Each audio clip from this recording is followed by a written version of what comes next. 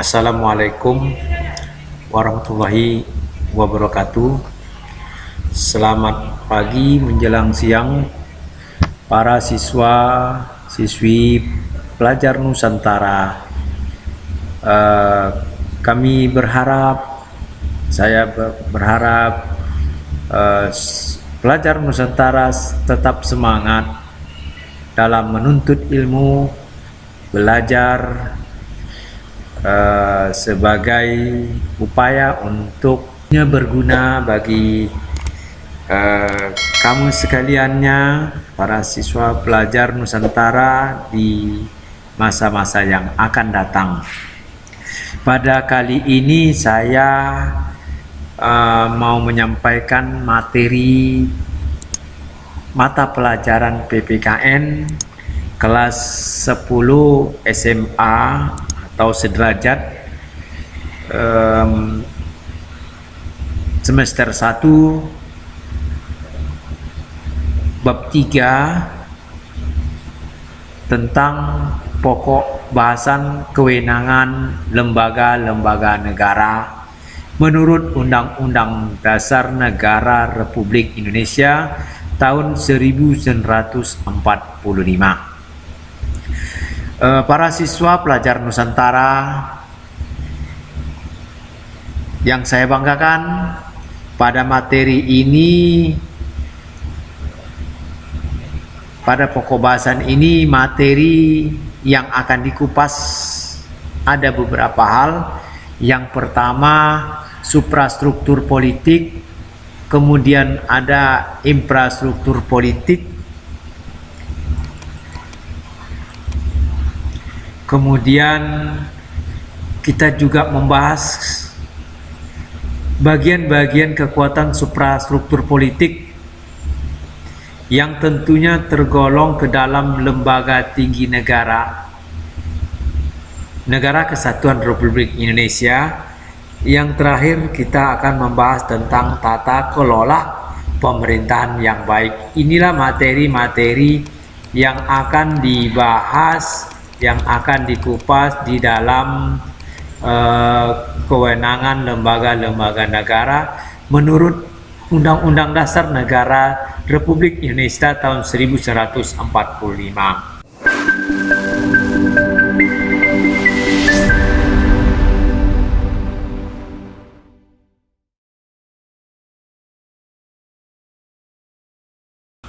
Yaitu kita membahas tentang suprastruktur politik. Apa itu suprastruktur politik? Nah, suprastruktur politik adalah sebagai mesin politik resmi di suatu negara dan merupakan penggerak politik yang bersifat formal. Di negara itu fasilitasnya diberikan oleh negara, karena itu adalah mesin resmi politik, artinya lembaga-lembaga yang bekerja untuk kepentingan negara. Kemudian penggerak politik bersifat formal, atau dengan bahasa lain, suprastruktur politik merupakan gambaran pemerintah dalam arti luas yang terdiri atas lembaga-lembaga negara yang tugas dan peranannya itu diatur dalam konstitusi negara atau peraturan perundang-undangan lainnya. Artinya, suprastruktur politik resmi ini dan bersifat formal ini badan-badan yang dibentuk oleh sebuah negara. Jadi negara yang bentuk badan-badan ini, atau katakanlah lembaga atau organisasi ini yang bekerja untuk mencari solusi untuk kepentingan bangsa negara dan pada akhirnya mempunyai dapatkan kebijakan yang menguntungkan atau berpihak kepada kepentingan negara seperti itu. Inilah tadi suprastruktur politik. Kemudian seperti apa proses dan peranannya itu nanti diatur dalam Undang-Undang Dasar Negara atau undang-undang peraturan lainnya. Inilah yang dikatakan suprastruktur politik. Nah, dari pemahaman terjemahan dari pengertian suprastruktur politik ini dapat kita simpulkan dalam suprastruktur politik itu terdapat sebuah sistem politik. Kenapa saya katakan demikian? Karena tadi itu bahasa mesin politik atau lembaga formal yang dibangun oleh suatu negara ini adalah sebuah sistem. Artinya adanya dibangun lembaga-lembaga ini mempunyai atau melibatkan atau mempunyai proses yang teratur begitu.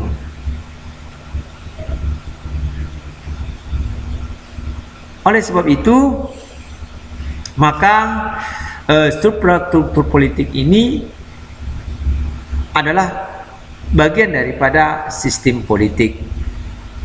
Jadi apa itu sistem politik? Secara umum sistem politik itu adanya suatu keterkaitan bagian-bagian yang di dalam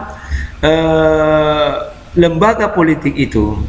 Jadi adanya suatu berbagai macam unsur atau berbagai macam elemen yang mempengaruhi sebuah kebijakan politik pada suatu negara. Itu yang dikatakan sebuah sistem politik.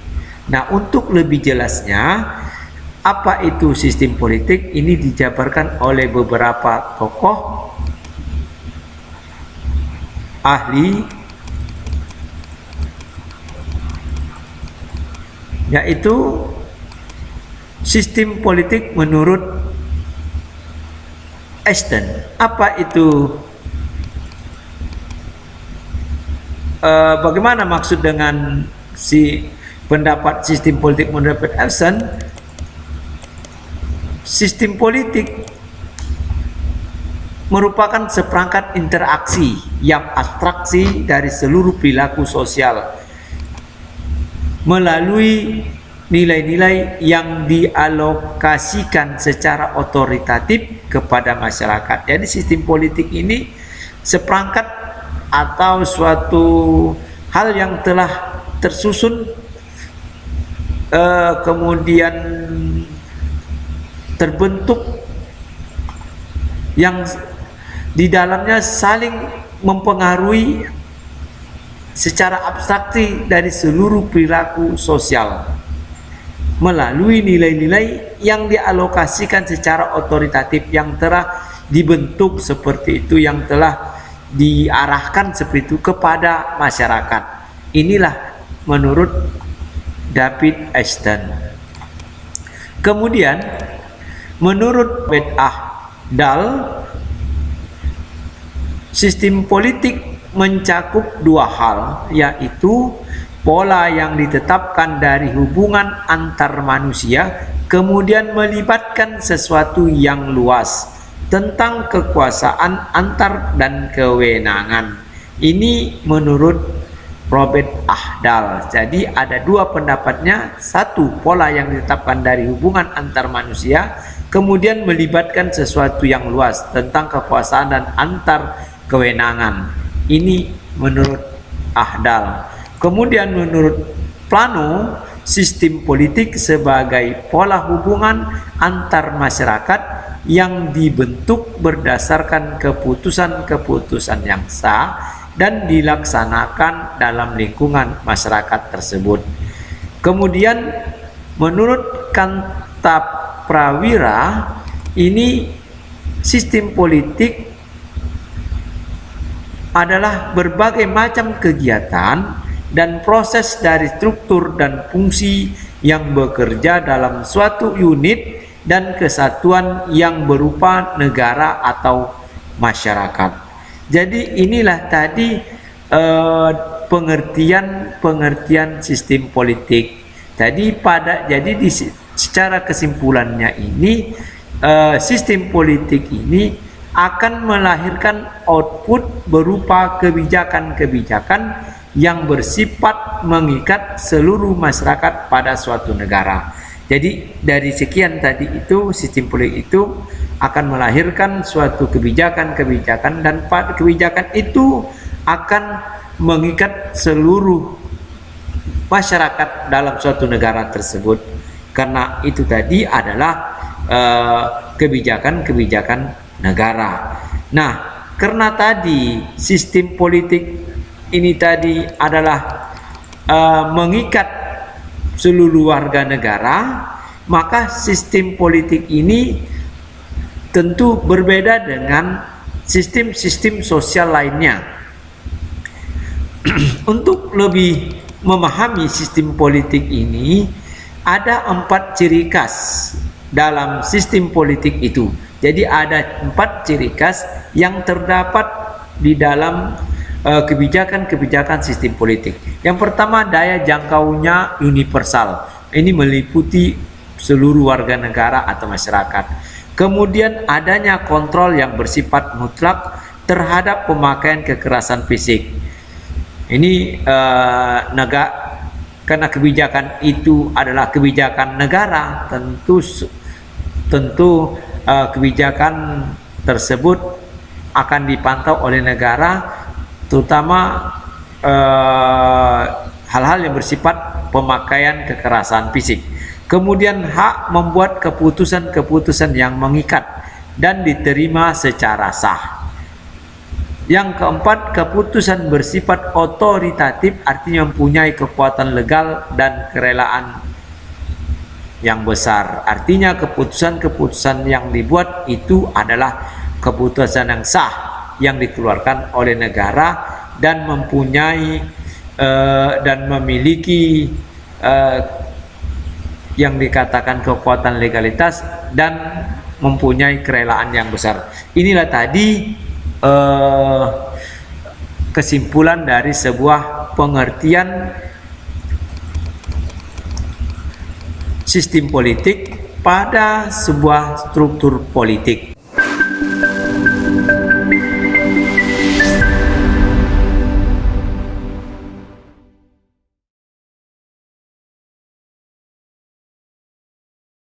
Kemudian di samping suprastruktur politik ada infrastruktur politik. Apa infrastruktur politik? Infrastruktur politik adalah kelompok-kelompok kekuatan politik dalam masyarakat yang turut berpartisipasi secara aktif. Jadi infrastruktur ini adalah kekuatan di luar pemerintah. Jadi kekuatan suatu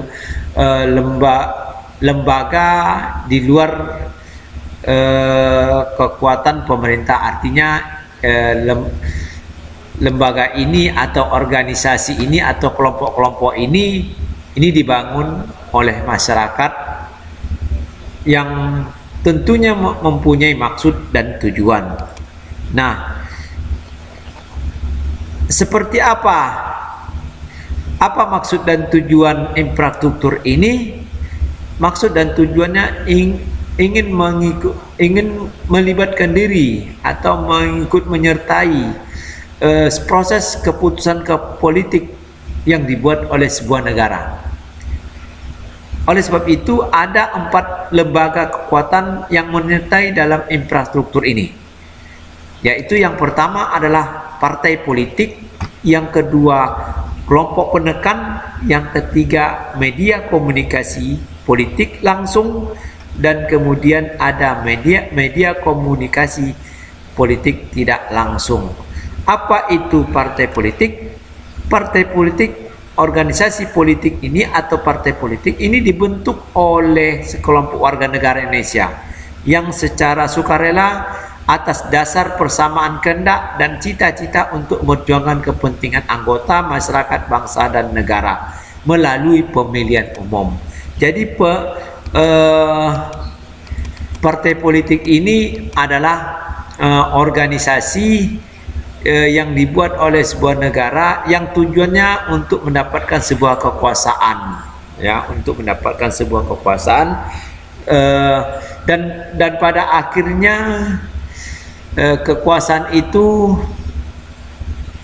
dapat menyertai keputusan-keputusan atau kebijakan-kebijakan yang dibuat oleh suatu negara. Dan tentunya partai politik ini akan menyauti, akan membawa suara-suara rakyat yang ke lembaga yang dibuat oleh negara untuk menjadikan suatu kebijakan dalam suatu negara. Inilah tadi partai politik. Oleh sebab itu partai politik ini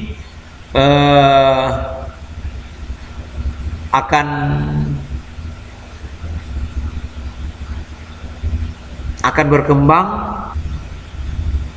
duduk di lembaga negara apabila partai politik ini bisa memenangi proses kontes pemilihan umum. Jadi ketika partai politik ini dipilih oleh masyarakat, kemudian partai politik ini tentunya sebagai pemenang, maka partai politik ini akan menjadi suatu yang akan duduk di lembaga-lembaga negara sebagai pewakil rakyat seperti DPR, seperti itu ya. Nah, kemudian ada kelompok penekan. Kelompok penekan ini yaitu kelompok yang mempunyai kepentingan terhadap kebijakan politik negara. Kelompok kepentingan ini bisa menghimpun atau mengeluarkan dana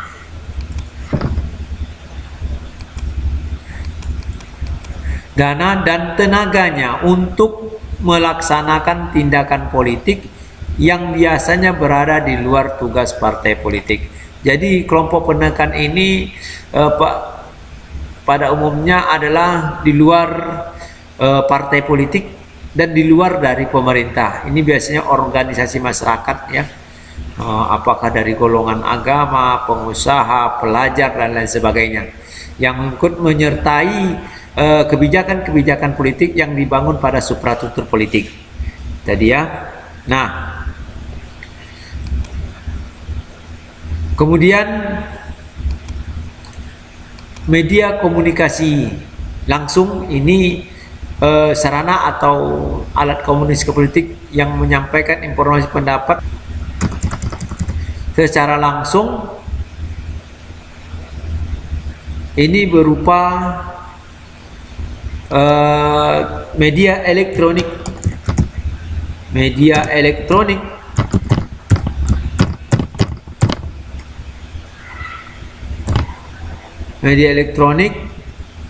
seperti televisi,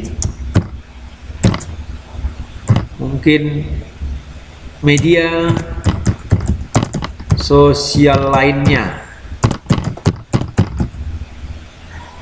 yang bisa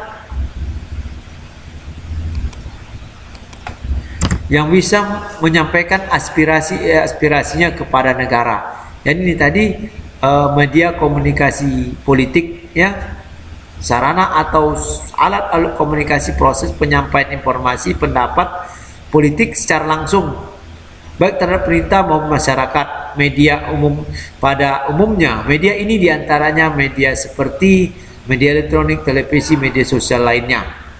Ini tadi media komunikasi yang langsung. Kemudian yang tidak langsung seperti koran, majalah, buletin, tablet dan sebagainya. Inilah tadi infrastruktur politik di mana dalam infrastruktur politik ini terdapat 4 lembaga kekuatan menyertai dalam infrastruktur lainnya, diantaranya ada partai politik, kelompok penekan, media komunikasi langsung, dan media komunikasi tidak langsung. Inilah materi yang 2 kajian, yaitu suprastruktur politik dan infrastruktur politik. Barangkali itulah yang dapat Bapak sampaikan kepada siswa pelajar nasional tentang kewenangan lembaga-lembaga negara menurut Undang-Undang Negara, Undang-Undang Dasar Negara Republik Indonesia tahun 1945. Sekian dan terima kasih. Wassalamualaikum warahmatullahi wabarakatuh.